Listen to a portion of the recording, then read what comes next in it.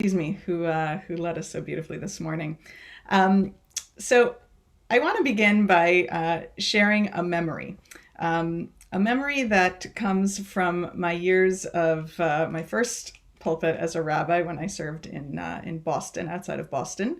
Um, there were, as you know, in any synagogue, lots of things that were wonderful about it. But my favorite thing was an annual trip that we were able to take with our confirmation class every year, the 10th grade students, to Washington, D.C. We took them on a trip. Actually, it was a seminar that was run actually a few times a year by the RAC, the Religious Action Center, which is the Reform movement's the American political advocacy organization. And they'd run these wonderful, wonderful seminars for teenagers where they would come and they would learn all about government and political process and Jewish values, and they would study and learn together. And then on the Monday after the weekend of study, they would go to Capitol Hill and they would lobby the offices of our representatives and senators, and it was a really, really powerful learning experience. One of the things about that day on the Hill was that we always had the students dress up. They had to dress up, and some of them kvetched about it a little bit, because, teenagers are not so accustomed to formal wear.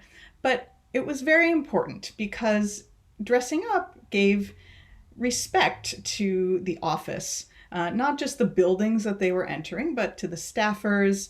If we were lucky, sometimes we met with the representatives or senators themselves. But also, we found that dressing up helped them have a sense of respect for themselves and for the role that they played as citizens in a democracy. I think many of them as teenagers had not thought of themselves in that formal role of being a citizen before. And it taught them that what they came to say and advocate for was important, that their voices mattered. What we saw on Wednesday this week in the US was the desecration of those ideas. Not simply the violence and the destruction of property, though my anger and fear about what both of those mean is certainly present in my mind. But in addition, it is the violation of the very idea of democracy that is so concerning to, I know, all of us. We saw the mob trampling in costume with glee, with complete disregard for the democracy that gives them voice. It was painful. Capitol is not a religious place, but it is a sacred place nonetheless. Last night, Rabbi Dan spoke about how this defilement reminded him of Hanukkah and the defilement by the Greeks of the temple. It also calls to mind the breaching of the walls of the Second Temple by the Romans in the year 70 and taking out all of those temple implements. And we see that in obviously not just memory and writings, but even in, the statues and such in Rome. As Senator Chuck Schumer put it, Wednesday was the day that this temple to democracy was desecrated. The American people experienced the violation of its hallowed halls of government in real time, forcefully invaded by those wishing to undermine the democratic process they hold dear. Something of America's unity, shared purpose, and indelible commitment to democracy was profaned as those Capitol walls were breached. Democracy is so fragile. Though our institutions in Canada are, thank God, not in such imminent danger, we cannot take democracy for granted. As we know as a Jewish people from ancient times and more recent times, things can change in a moment.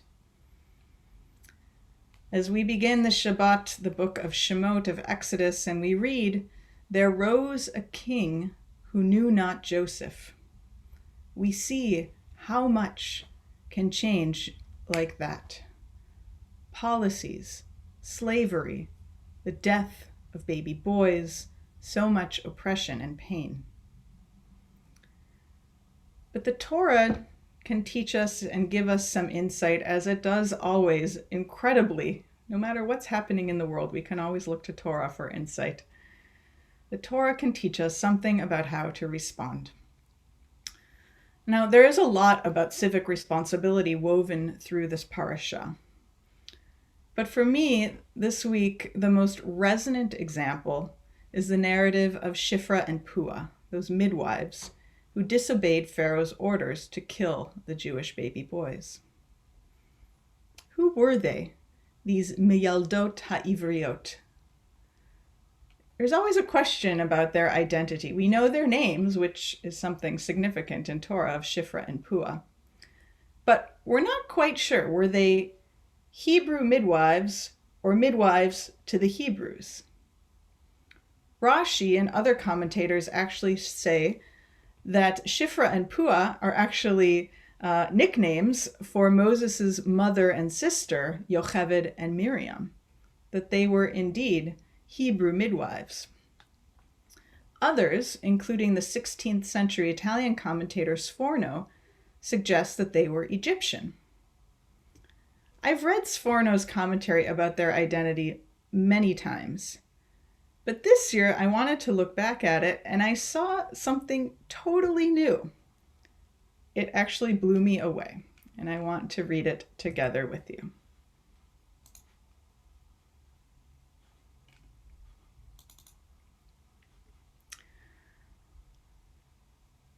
The midwives resident in the capital. It was obviously impossible for such a large number of people residing in many different parts of Egypt to all be serviced by only 2 midwives. However, after the midwives in the capital, though Egyptian, betrayed the instructions by their king and explained to their king why they had done so, the king did not bother to rely on midwives anywhere else either, and the scheme was abandoned. There's 4 things here that really jump out at me. 1, the midwives were resident in the capital. It's kind of obvious we're talking about where Pharaoh sits. We know that Moses was born and that his daughter Batya was the one who actually took him out of the Nile. We know that they're all residing in this seat of power. But here the midwives are portrayed as representatives that took on a role in the capital on behalf of all of the other midwives of Egypt. They had power, whether real or imagined, because of that role. Like the midwives, elected officials represent a group of people bigger than themselves and can use that role with powerful influence. Second, they betrayed the instructions of Pharaoh, though they were Egyptian. Their identity of being part of a specific nation or tribe, as Egyptians, by extension, perhaps we could say in modern times of a political party, did not keep them from going against these orders. Their moral compass was stronger than that political affiliation.